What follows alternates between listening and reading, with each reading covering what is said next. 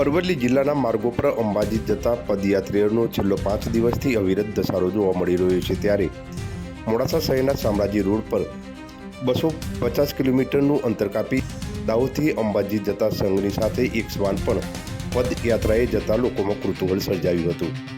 आज रोज हमें धानपुर तालुको दाहोद जिल्लाथी हमें माताजीना पगपाळा माटे जई रह्या छे।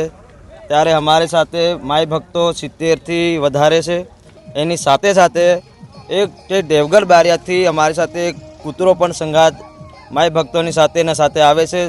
हमें ज्यां सुई छे त्यां सुई जाए अने ज्यां अमे जमवानुं बेची त्यां अमारा संगात बेची जाए।